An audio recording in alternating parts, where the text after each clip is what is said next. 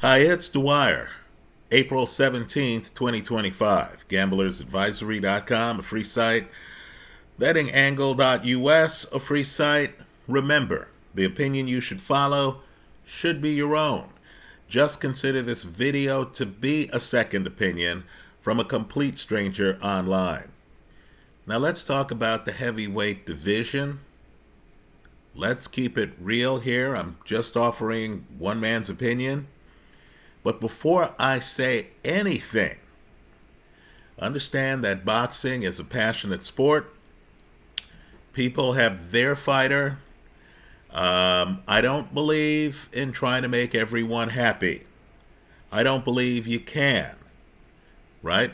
Just understand that I'm in an impossible situation here because whatever I say is going to alienate some fighters' fan base. Right? Before I start, I want viewers to think about their favorite heavyweight right now. And to understand that the heavyweight pool is deep. Your favorite heavyweight might just be one in a crowd. Right, folks? As I've said in other videos, I can't recall a time when the heavyweight division has been as deep as it is right now.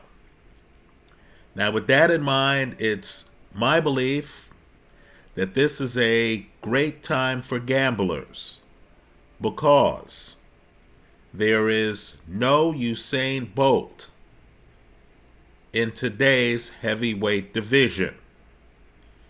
Right? This is not one of those times where you're thinking there's Mike Tyson and then there's everyone else. Right? Who's the heavyweight champ? We know who the heavyweight champ is. It's Larry Holmes. I don't need to know about the sanctioning bodies.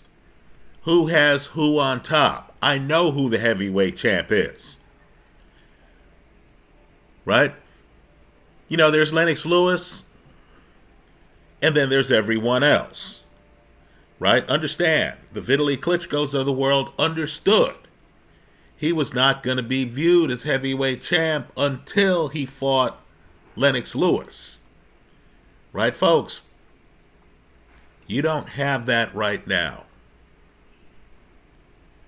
The top champ is Usyk. He's 38 years old. Right? Now, heavyweights age more slowly. Right? But understand, Usyk is spectacular in terms of his conditioning, his athleticism, his legs. Right, folks? They say power is the last to go, not conditioning and legs. Right? I believe Usyk is vulnerable to the body. I'm one of those who still believe that Daniel Dubois legitimately knocked him down off a body shot. Right, folks, that dispute is not going away. Right, you and I know that if an Usyk-Dubois rematch takes place, you're going to see Dubois aiming for Usyk's body. I'm one of those who believes Ajit Kabayel gives Alexander Usyk all he can handle. So I'm not surprised that Usyk talks about fighting people. Right? The talk right now is he's going to have a rematch against Daniel Dubois, but you never hear Usyk talk about Ajit Kabayel. Right? That's the way some champs do it. They don't want to talk about the elephant in the room. Right? Let's also say this bluntly, and I need for it to sound as blunt as I believe it. It is unclear whether Alexander Usyk today can beat Joseph Parker. Let me just say, too, that the heavyweight division has some huge punchers.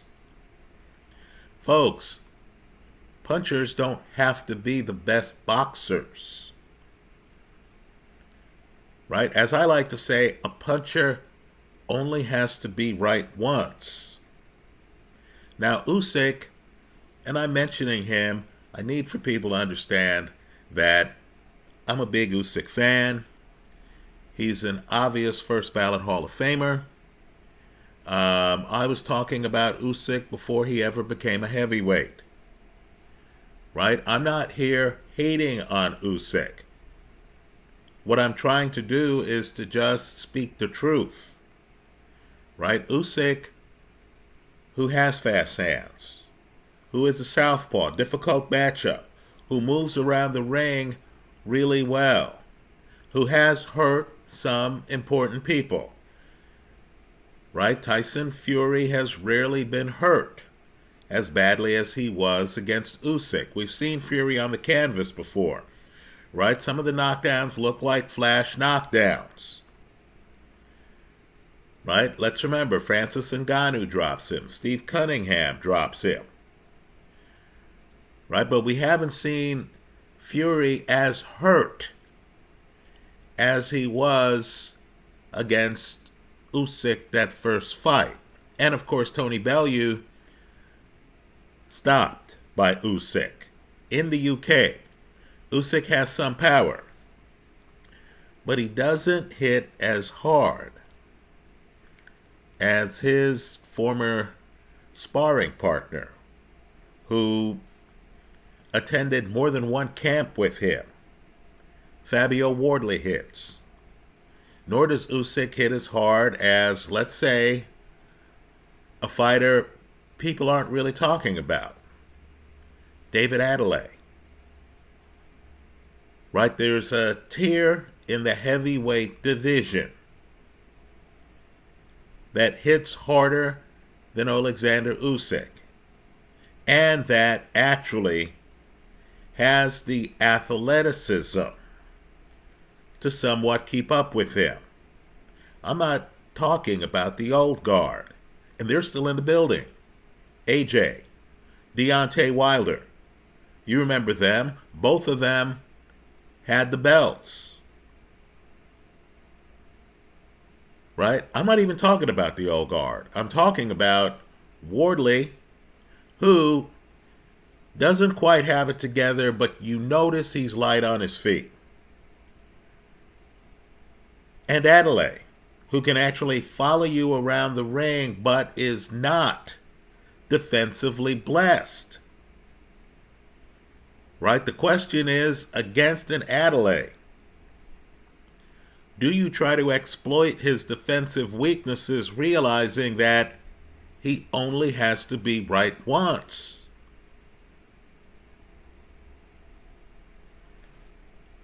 Let me make a few other points here.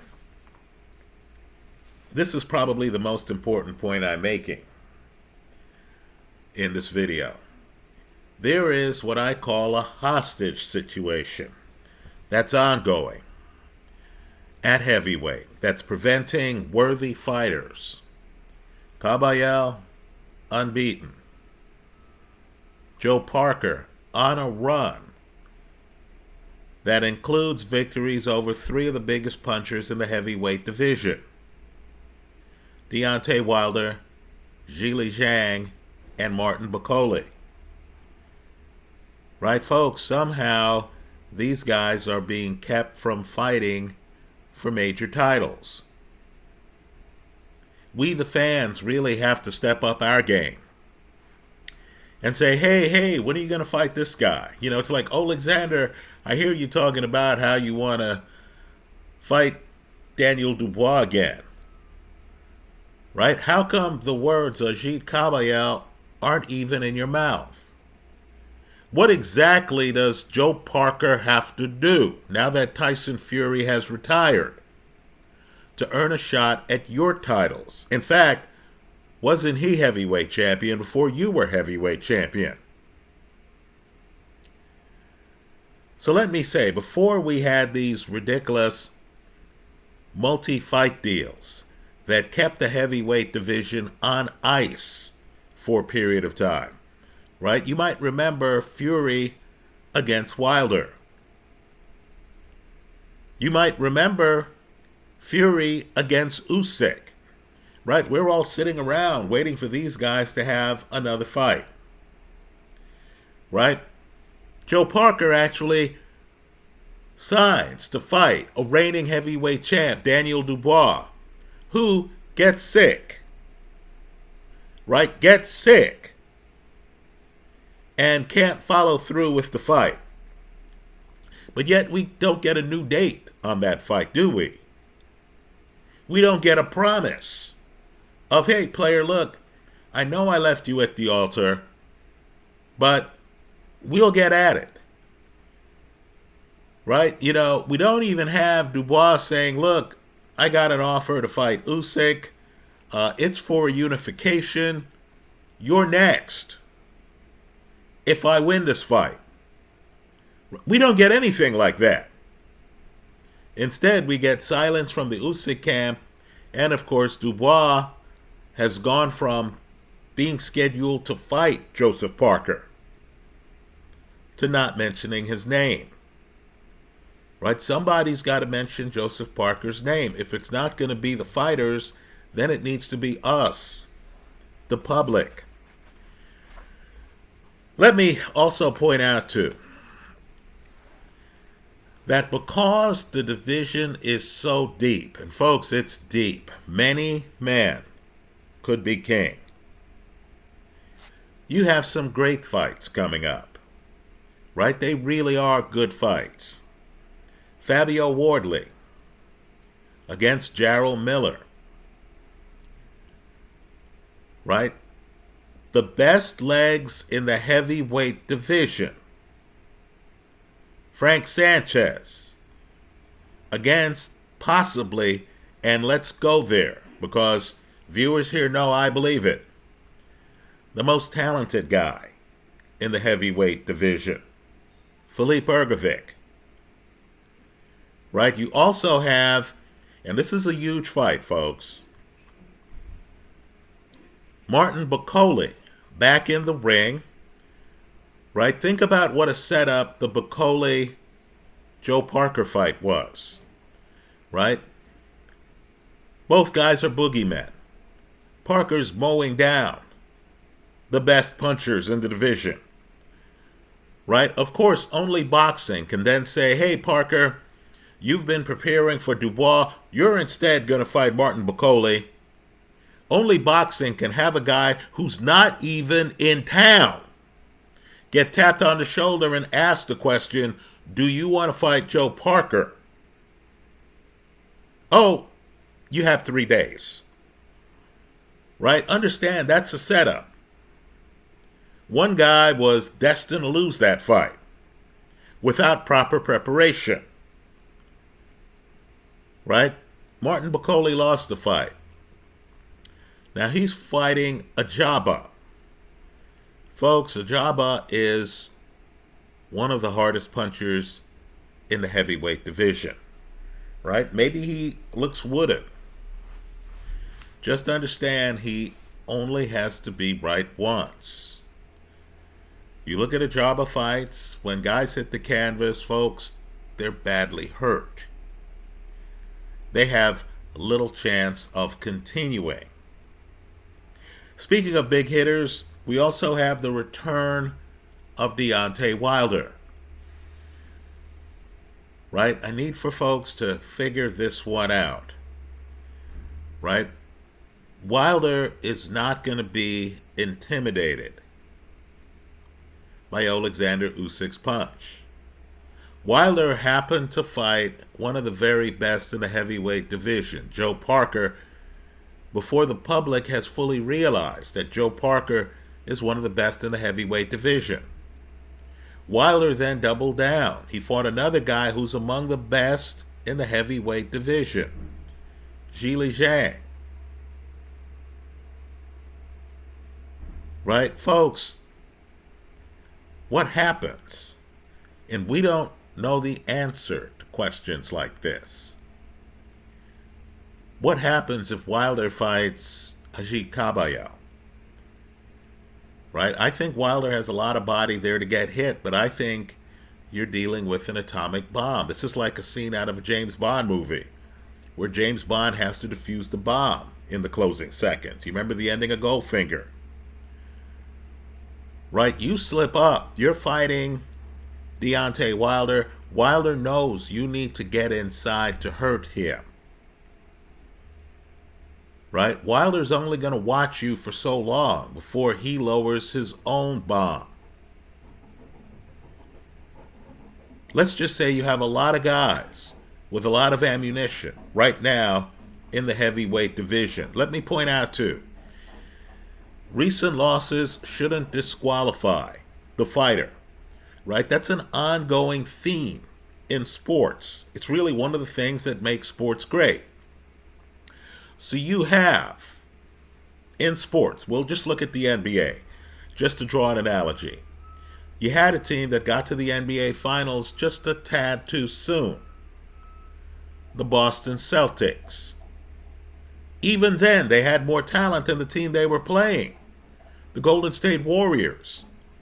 They were up 2-1, playing at home in Game 4. They pushed one of the all-time greats into a corner. And Steph Curry, made them pay for that. Golden State wins that Game 4, goes on to win that series. So what happens? 2 years later, it took recovery. 2 years later, the Celtics are back in the NBA Finals, and this time they leave no doubt. They're the reigning champs right now. Right? If you think that's a one-off, if you think that doesn't happen in sports, it happens so much that a couple years ago, the Philadelphia Eagles in the National Football League got to the Super Bowl, were up on the Chiefs, had a double-digit lead on Pat Mahomes and Andy Reid. And the Chiefs came back. The Chiefs won that Super Bowl. The next year, Philly, they're not in the Super Bowl. The Chiefs pushed the game in an OT. Pat Mahomes needs a field goal to keep the game going. You know that's not the way the Chiefs do it. Mahomes goes down the field, gets the touchdown. The Chiefs actually win a Super Bowl after they dusted off Philly. So what happens? We have this year's Super Bowl. This time Philly's ready. Folks, just look at Mahomes' numbers in the first half. Folks, that same mindset carries over to boxing. Right? You got a whole host of guys who recently lost. Guido Vianello. Right, folks? That Richard Torres fight is must watch. Vianello, who's dealing with two opponents, Torres and incredibly the ref, who ironically I had pubbed in an earlier video. Right? The ref won't let Vianello hold. How are you supposed to compete if you can't hold against a guy who's cat quick, who's always crashing the pocket? Well, believe it or not, without holding, Vianello turns that fight around before Torres is able to pull away in the end. Folks, Guido Vianello is tough. Right? He's a guy you need to keep track of. Right? An argument can be made that he beat F.A. Ajaba. Right? The judges gave that fight to Ajaba. Just look at the actual fights. He's actually beating Johnny Rice. That fight gets stopped on cuts. Right? Zhili Zhang. Folks, if you can't handle a southpaw, how are you going to handle Zhili Zhang? Now, boxing, of course, always tries to throw guys to the wolves. So who did they have Zhili Zhang in with? Ajit Kabayel. Unbeaten fighter who's already beaten Derek Chisora, who is in line for a championship shot, if you could believe that. Right? Only in boxing. Right? Ajit Kabayel, who can't get a fight with Usyk. Right? They give him a fight with Zhili Zhang instead. Right? Now, I'll say, that's a stunning fight. Zhang lost. Right, folks? Zhang's the betting side of the play. against most heavyweights, especially now. Since he lost, you're going to get much better odds on Zhang. Right? And of course, the old guard, AJ, got dropped, we'll just be charitable here, got dropped a number of times by Daniel Dubois. Right, folks, that fight comes down to the last knockdown. AJ with Dubois on the ropes, if he just has a hand up. Who knows how that fight ends? And of course, Deontay Wilder. Right, folks? Who told Wilder to fight Joe Parker and then Zhilei Zhang? Right, folks? Wilder's taking on tougher competition, believe it or not, in the last 18 months than Alexander Usyk.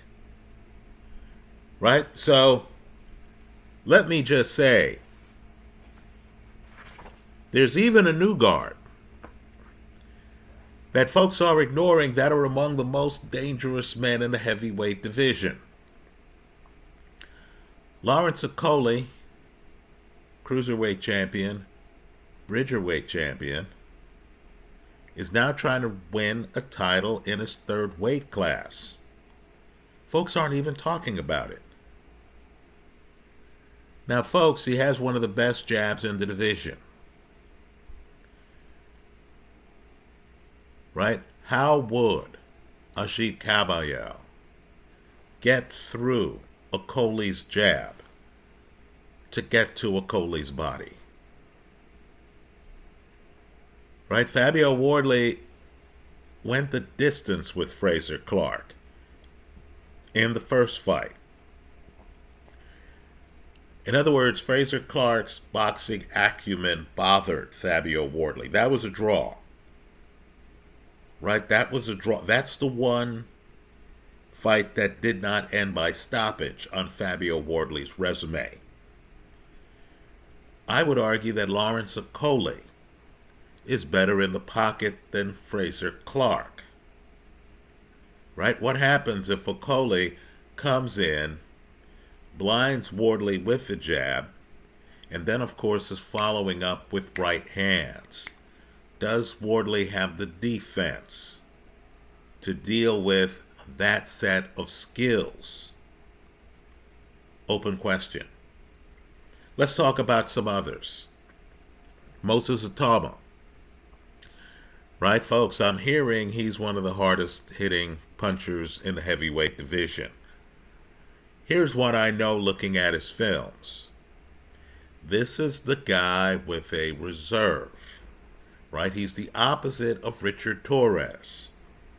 Right? Torres, another name on this New Jack list. Torres is always trying to bum rush you. This is the guy who's always driving 65 miles an hour. Atama's different. Atama comes in, he's hiding his hand speed. Think about that skill level on a guy who's, 19, 20 years old? He's hiding his hand speed. Believe it or not, he's hiding his power. Right? He's just in there loitering. Seeing what you have. Seeing his opportunities. Then when he sees an opening, then he takes it. You don't notice the hand speed. And he has fast hands until he's hurt you. Let's name a wild card.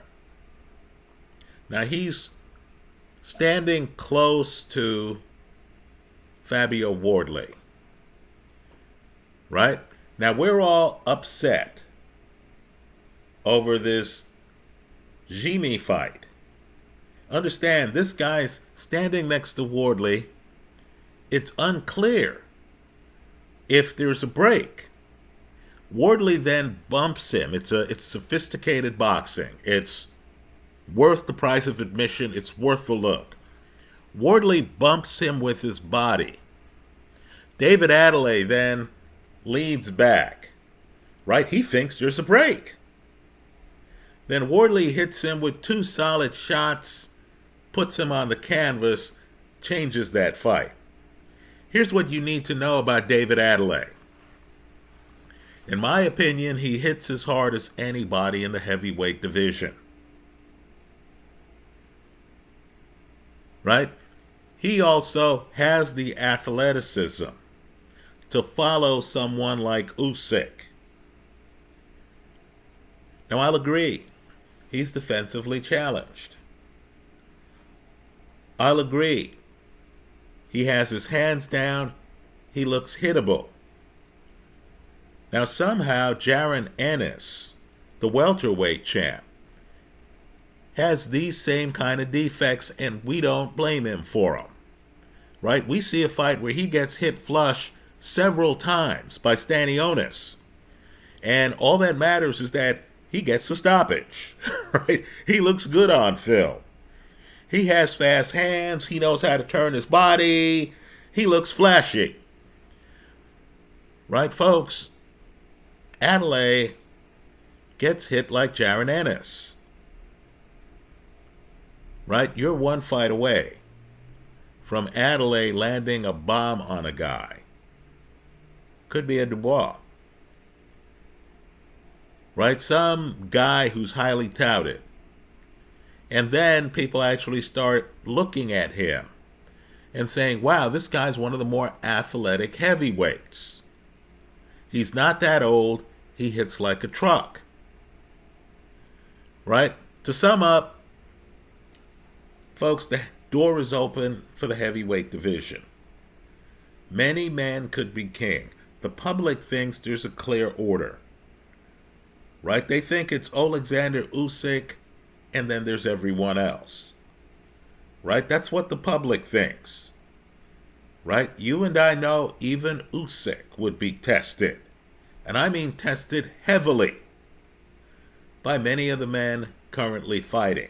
Understand, in an earlier generation, we reached a point, particularly after the Michael Grant fight, where we thought, you know what, there's Lennox Lewis, and then there's everyone else. Well, on short notice,